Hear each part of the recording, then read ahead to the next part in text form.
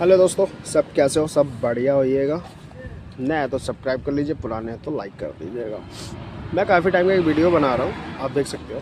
इस वीडियो में कारण क्या है ना, रैपिडो, उबर, ये शब्दों को देखा। जैसे दीपावली गया है, चाहे कोई भी त्यौहार आ रहा है, इस त्यौहार सब में ना कोई बढ़िया सा ऑफ़र नहीं मिलता। जैसे आप देख सकते हो डिस्प्ले पे, त्यौहार पे भी सेम रेट आता है, अदर डे भी सेम रेट आता है। ये रैपिडो में बताना चाह रहा हूँ, ऐसा नहीं होना चाहिए। त्यौहार में कम से कम रैपिडो, उबर, ओला जो भी है, इनको थोड़ा सा इंसेंटिव के तरफ से देखना चाहिए, क्योंकि नहीं देखिएगा तो राइडर काम कैसे करेगा।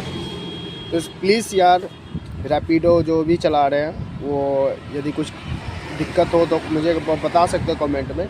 बाकी रैपिडो को मैं यही कहना चाहूँगा कि कृपया भाई, कुछ नहीं तो आप इंसेंटिव टाइप का कोई अच्छा सा पैक आप राइडर को दो, जो राइडर बढ़िया से काम करे। Thank you for watching, good bye.